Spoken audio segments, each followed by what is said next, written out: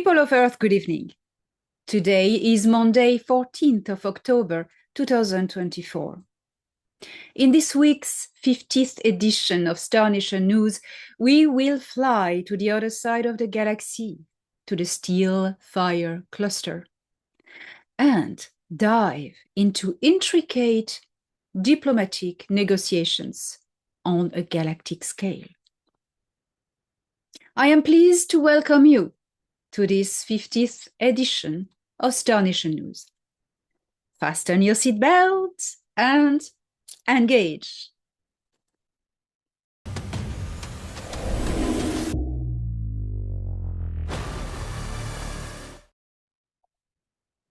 The war against the Sikaar Empire has been going on for a while now on the galactic scale. Many star systems have been liberated from the tyranny of this reptilian empire that has enslaved so many worlds and caused destruction to so many cultures and species in this Nataru galaxy. The Sikaar Empire, or Draco-Reptilian as we name it on Earth, are now a declining power. They are facing the United Galactic Alliance. We have known to this day the Galactic Alliance, which is the cooperation put together of a confederation with the Galactic Federation of Worlds, the Andromedan Council, the Council of Five, the Ashar Command, and so many other minor organizations. The Galactic Federation of Worlds being in charge. Well, since the Anach Empire, located in the Sirius B star system, has been joining forces with the Galactic Alliance, it has been called the United Galactic Alliance. So the United Galactic Alliance is fighting the Sikaar, and they have on board the Negumak Gnomopo from the Scorpius constellation, who are the enemies of the Sikaar because they eat them. And the Gnomopo are the only culture that the Sikaar fear. So it is sad in a way to know that a species is being beat up. But you do your own karma, you do your own future, you create your reality, and the Sikaar Draco-Reptilians have been creating their reality. They now are harvesting the fruits of their actions. In the operations of liberating the star systems that were under their tyranny in this galaxy, the United Galactic Alliance has now reached a point where they can operate in big chunks of galactic tyranny from the Sikaar, So the way the Galactic Alliance is working, has always been working, and that's how the Earth Alliance has always been working, guided by the Galactic Federation of Worlds, is that they are going to first treat small pouches, small problems, and satellites problems. They always liberate satellites and moons before liberating a world. We've seen that with Earth, Moon, and we've seen that with Phobos and Deimos, the two moons of Mars, after they started the Mars Wars liberation in 2021. So the Galactic Alliance and the Earth Alliance and everything that is under the guidance of the Galactic Federation of Worlds military operations is going to first liberate small star systems, and then bigger star systems, galactic zones, and then more and more bigger problems. That's how the Earth Alliance has been working in the Earth deep underground military bases in 2020, 2021, and 2022. Now, all the military bases, the dumps, have been liberated. The last one was liberated in 2022. So, no more evil and darkness in the undergrounds of Earth. This is over since 2022. The way they have done is liberating small areas and then closing the operation around a big area that the enemy is trapped and cannot get out, nor call for enforcement. That's how they've been doing, and that's how they're doing at the galactic scale. So now there's a big chunk that is about to be liberated, and that's a big one. That's a big one. The Man K62 star system in the Lyra constellation, as we call it. What is exactly this important place? Well, the Man Kepler-62 star system is the origin of the great galactic exodus of what we call the Lyran Wars. We call on Earth the Lyran Wars. It's not how they call it. They call it the Man Wars. Why Lyran? Because the K62 star system is located in an area in the sky seen from Earth as an arrangement, visual arrangement of stars that in the ancient Greece looked like a little harp, a little lyra, a little harp, okay? So they call it the Lyra constellation, the ancient Earth human Greeks. And this visual illusion of stars being grouped together, which is called a constellation, includes so many star systems seeded with life and teeming with cultures and diversity.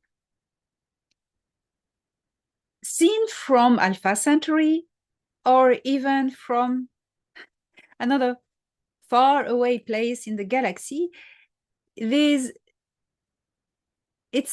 not looking like a Lyra. It will maybe look like something different. You know, as you move perspective, the stars look arranged differently. Let's go back to the Man K62. It was the first place where the seeders seeded human genome in the Nataru galaxy. They then went to Earth, but K62 was the first. So the first place. If you want more details about the K62 star system and the Lyran Wars, I recommend A Gift from the Stars, Guide of Alien Races, where you will have the whole story of the Lyran Wars. Well, what happened? The Sikaar Empire, a long time ago, went conquering the K62 star system. A lot of civilizations were there. The Ahil, the Tal, the Laan, the Nor, and others.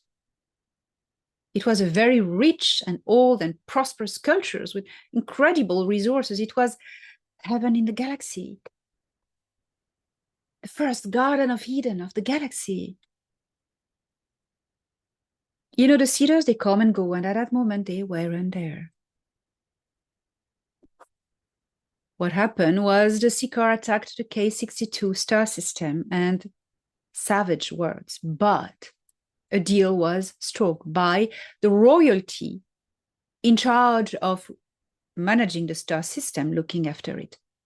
The Tal royalty, they struck a deal with the Sikaar. They say, we will give you access if you don't kill everyone, but let us please escape.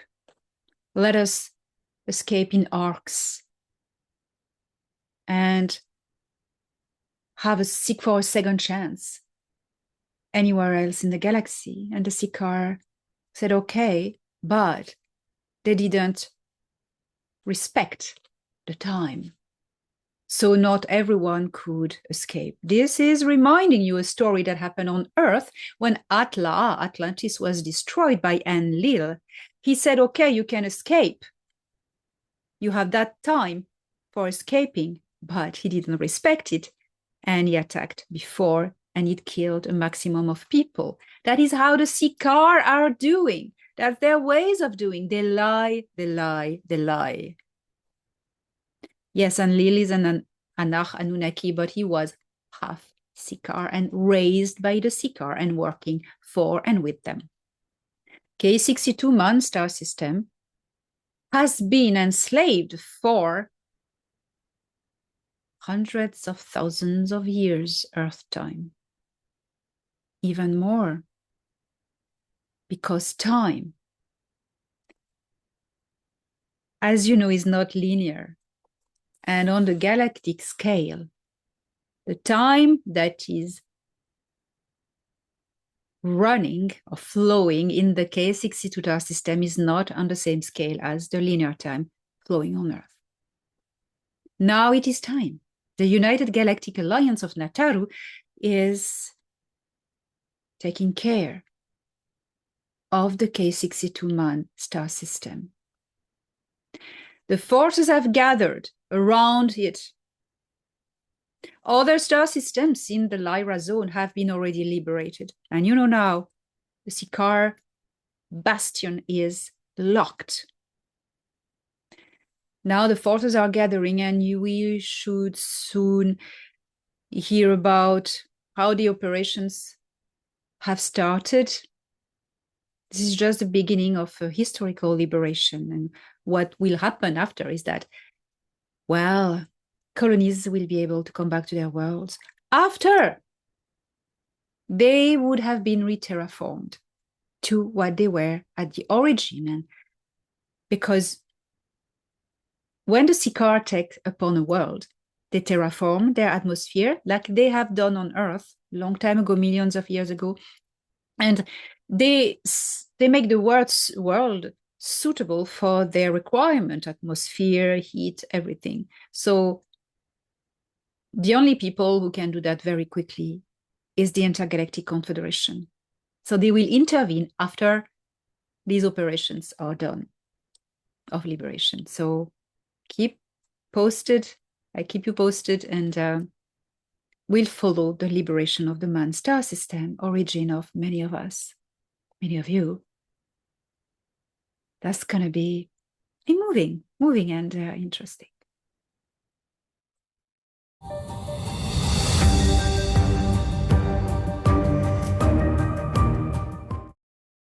The attempts of the deep state on Earth to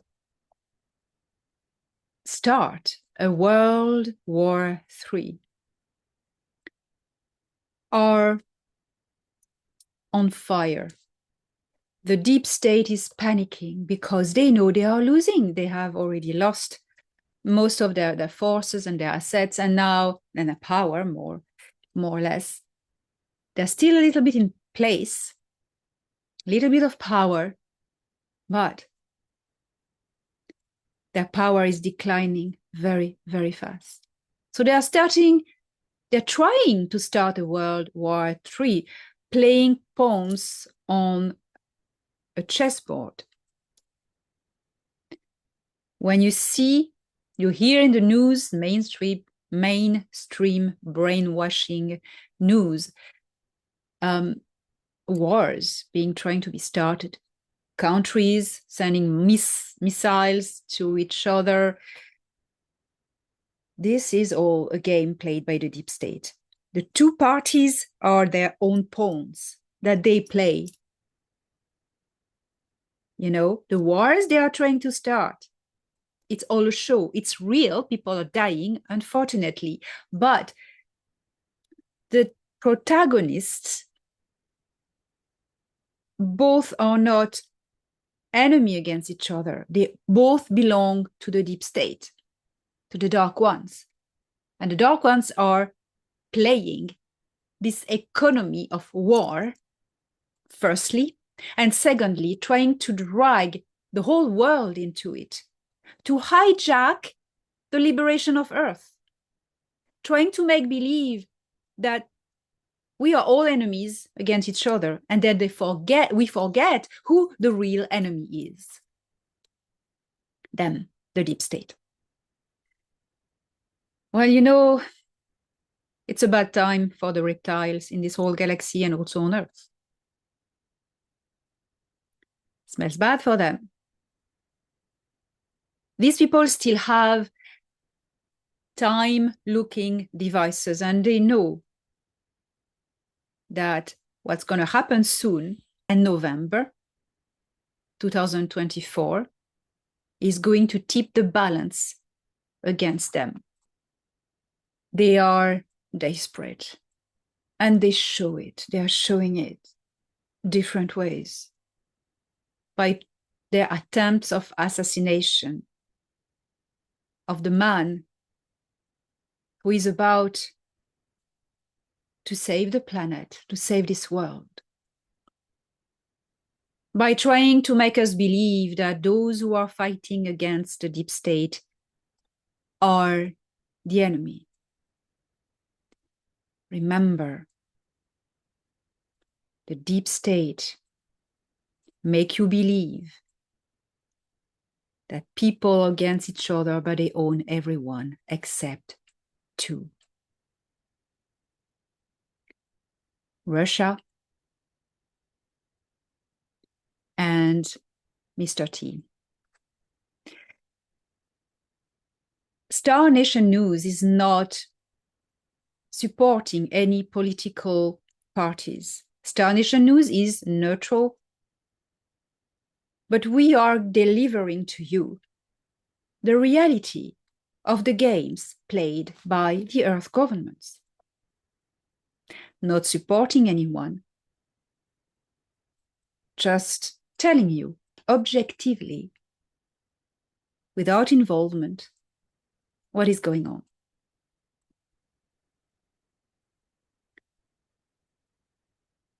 Their attempts of assassination are pathetic. It shows that that's the last thing they can do to stop the liberation, final liberation to happen. If that is the last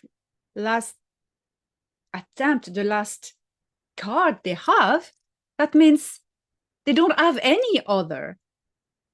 They're done. Okay?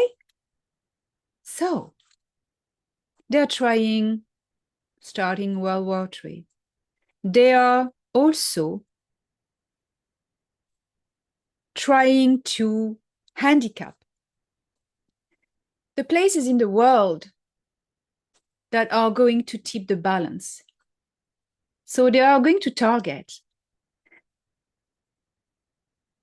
places in the world, states, okay, that will tip the balance by voting for a certain election in favor of victory, of liberation. So they are trying everything, they are preparing these elections in the big country. They are preparing the elections, and they are going to do whatever they can to rig them, okay? They need first to get rid of and handicap the dangerous, rebellious places that can tip the balances with votes. So handicapping these people physically, that they need to vote by internet, by distance, and then they can rig their votes. Destroying these places. They are doing this with engineered weather. Storms. Now, how does this work? These engineered weather attacks. And how is it countered? To engineer storms, you need to change the winds, right? So there are sending particle beams that will accelerate the winds in certain parts of the world. And you know the butterfly effect. When you modify something in the weather unnaturally, it has effect on the whole planet. That they don't care, okay?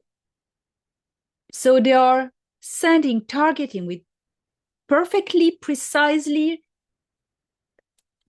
regulated particle beams into some wind currents that they are going to build them up, accelerate them, the particles of winds, and create storms. And then once it's moving, they are going to direct this storm by changing the speed of the winds. Okay, that's what they do. Information given by the Galactic Federation of Worlds. Now, the Galactic Federation of Worlds is not staying hands in their pockets while watching. Not at all. They are countering these weather manipulations by slowing down the currents of the winds, sending beams also to counter these storms, this acceleration of winds, to slow them down. Shot from the orbital stations of the Galactic Federation of Worlds. If the Federation of Worlds never intervened, the storms would have been bigger. So they have been slowing them down, trying to get them to decrease in intensity. It's a war, it's a weather war, okay? So the Federation, Galactic Federation of Worlds, is working hard at, taming down these storms. So they cannot stop it suddenly. Well, they could. But what happens when you stop a big maelstrom of wind? When you just send something that is going to freeze it and stop it? This power, you have no idea of the power in that wind. It's humongous. If you stop it brutally, it's like a bomb. It's like an explosion, and it causes more damages than if you haven't done anything. Thanks to the Galactic Federation of Worlds, these storms are less devastating than they should have been. These are the last wars. Keep hope. Hold on to hope. Hold on to life. You are helped. You are looked after. You're not alone. There is also a power in the human consciousness. The ancient druids could manipulate the weather just by the power of their consciousness. You can all do this. What if the whole world, all of you who are listening to this, focus on that wind, these storms, and visualize them calming down. And instead of the storm, you imagine, you visualize, you manifest a calm atmosphere with nothing, calm water, sun shimmering on the water, no wind, no waves, no trees moving, peace. If we all do that, we can really help and see how powerful we are. Now, let's travel to the other side of the galaxy for diplomatic negotiations.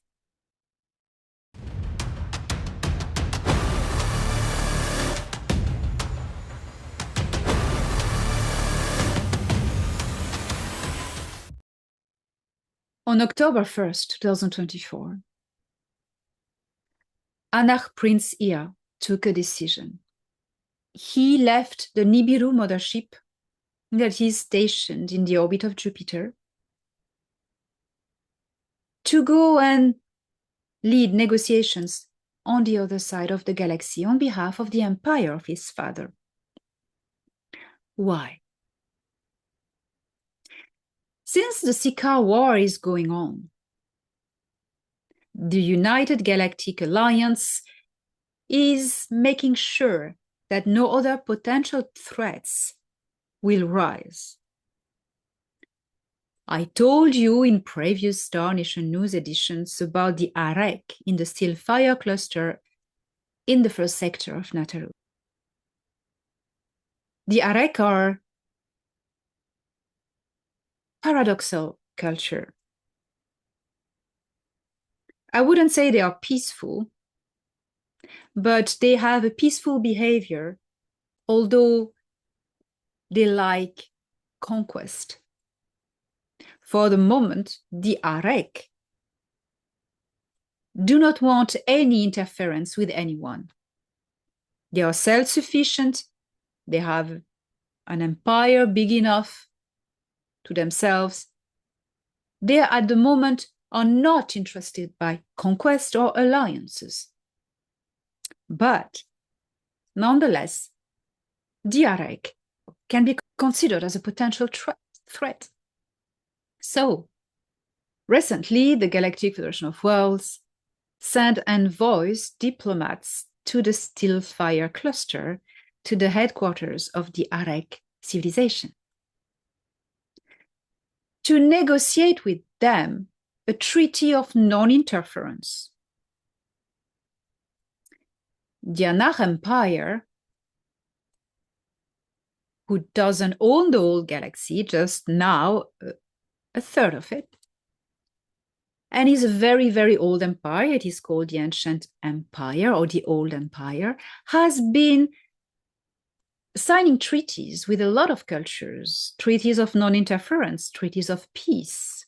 That is the result of long, long eons of times of negotiations from Anu Atara, the emperor of the Anach Empire, and diverse civilizations.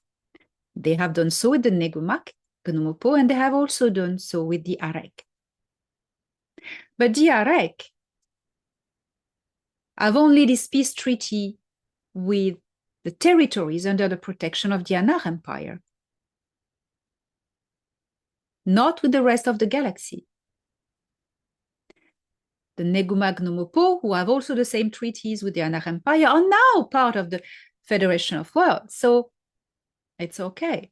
But the Arek are not, and they do not want to be part of any other organizations, and fair play to them. But it is a bit of stress, because now that the Sikaar are not anymore a galactic tyranny, anyone can come and claim their place.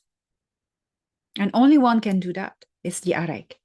The Arek are swearing they do not want any problems, they want peace, etc. But can we trust them?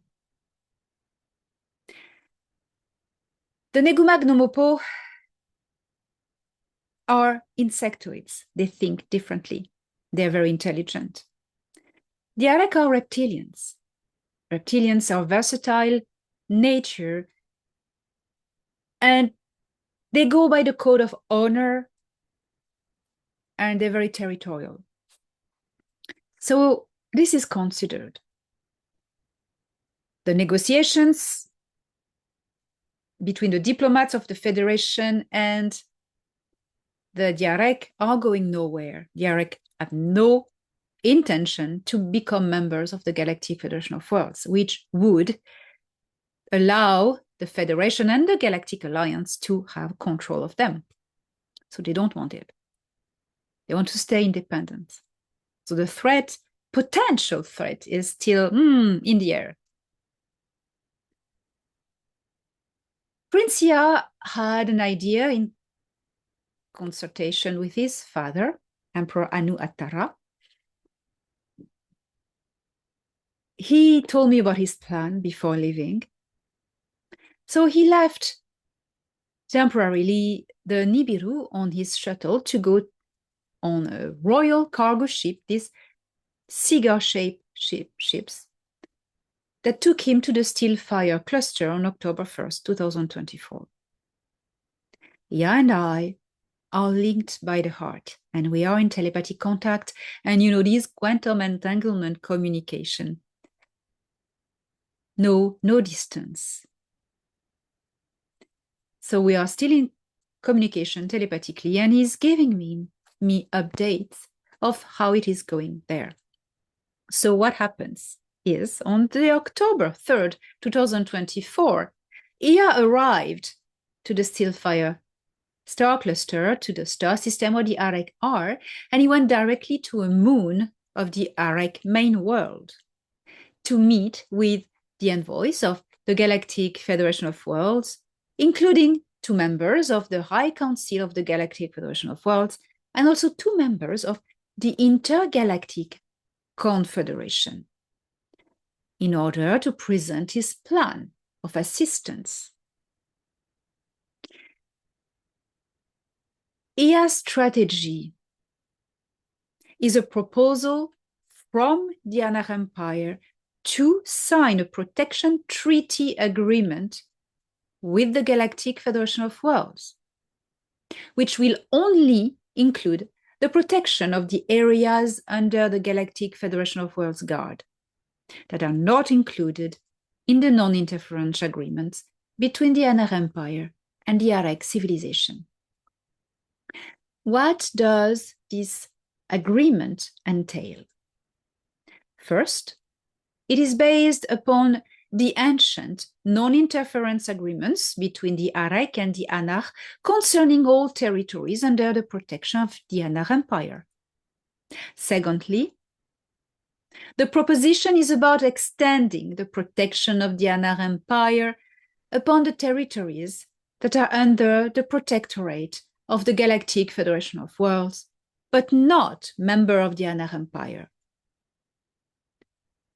An important point is that the Anar Empire will not annex these territories.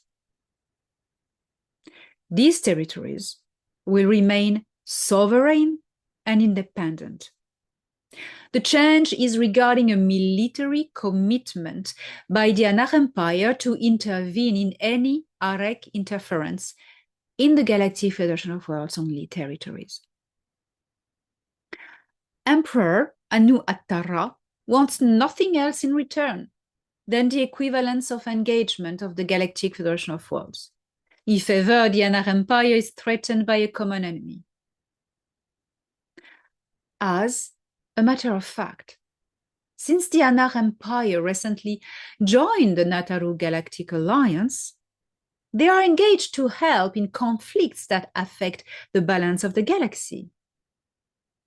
This is worthwhile if and when a galactic conflict of great magnitude may occur. Although the Galactic Alliance, the United Galactic Alliance now, as it has been renamed since the Anar Empire joins the coalition, has become the most powerful organization in Nataru, the territories that remain unprotected from potential threats, such as the Arek, need to be registered as safe zones for protection against any sudden change of mind of the Arek. Therefore, Ea proposed to the Galactic Federation of Worlds a 3-way protection treaty with the Arek, which would prevent them from any interference in the territories protected by the Anar Empire, the entire galaxy, if this treaty is accepted.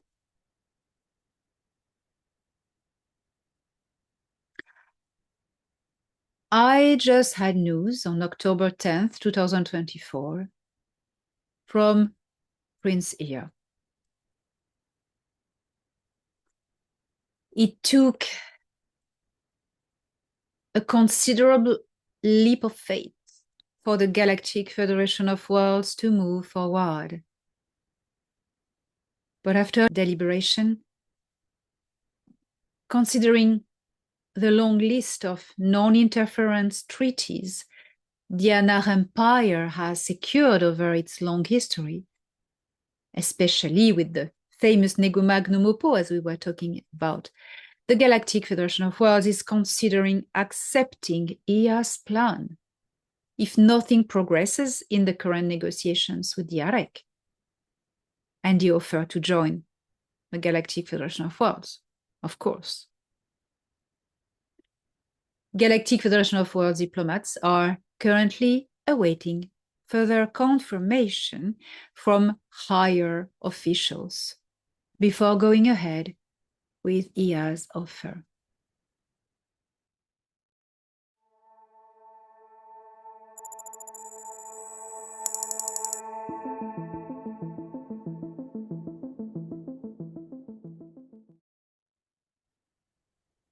Prince Ea is very much involved, of course, in the diplomatic operations on the galactic scale, as he is now promoting forward a united cooperation between all cultures in this galaxy. At the beginning of its story, the Anar Empire, led by Anu, was thirsty and hungry for conquest of new territories, and that's what led Anu to commit the biggest mistake ever, his treaty with the reptilian queen of Orion, Tia. That's when Enlil was born, and we know the story. After this unfortunate decision, Anu just calmed down and thought twice before annexing new territories. And at that moment in time now, the Anar Empire has been for a long while receding. Anu is still interested to remain on the throne, but not interested now in conquering territories. That is very important. Ea, as the heir of the Anar Empire, is taking over the task of his father diplomatically, although his father remains in charge. Ea now has more and more power in the galaxy, diplomatically speaking, since the forces of the darkness, led by Enlil, have been destroyed. And the Sikaar Empire is now declining. The Sikaar Empire was what was stopping Anu to act. And now that Enlil has been arrested and the Sikaar Empire is taking a hit, Anu has free hands. So we are looking forward to know what is going to happen with the AREC. I have good faith. Ea is a very wise being, and I know what he is offering is good. And I know the Federation will accept. I am sure. I could say, I'm sure. If that is the last solution to stop worrying about the AREC, the Federation will take this decision. Yes. Consider it as a protection agreement. So that is, I think, a good thing that is going to happen. Now, regarding Earth, yes, the deep state's last attempts of keeping power, it's their last chance. These elections, this last chance. When it's going to happen in November? Well, there may be trickery. There may be trickery. But I want to tell you, and you may remind this, even if trickery succeeds, it won't be for a long time. I know you're impatient. I know you're all tired. I don't say trickery will succeed. It is not meant to, but trickery has been their nature from the beginning. If that trickery succeeds, which is not meant to, but if it succeeds, keep on fighting. Keep on keeping your dignity. And now that will be the last mistake they'll make, because people are going to be so angry that it will be the time when humanity stands up. But how the time devices have shown trickery is not supposed to work. The good people will come to power by right. And because it's the future, that's what's going to happen. The deep state may start to delay it, postpone it. They may try, but they won't be able to postpone things very long, forever. Sooner or later, as many say, God wins. What is God? God is you. Source creator, or God if you want to call it, well, has fractaled itself in each one of you. You are all a fractal of God, creator, source. You have all the same powers. So when we tell you at the end, God wins, that means at the end, your power, you win. There's nothing to worry about. There's nothing to worry about. Hold on strong and remember, the power of your consciousness alters this reality. And this is how you win. See you next week for a new edition of Star Nation News.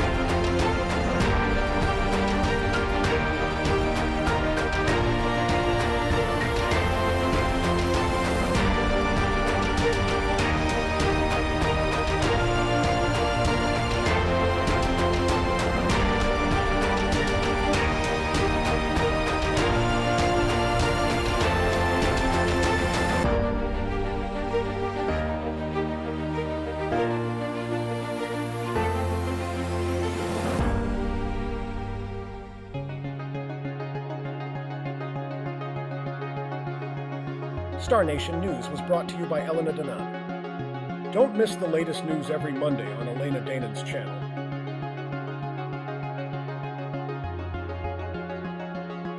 Video directed by StefZak.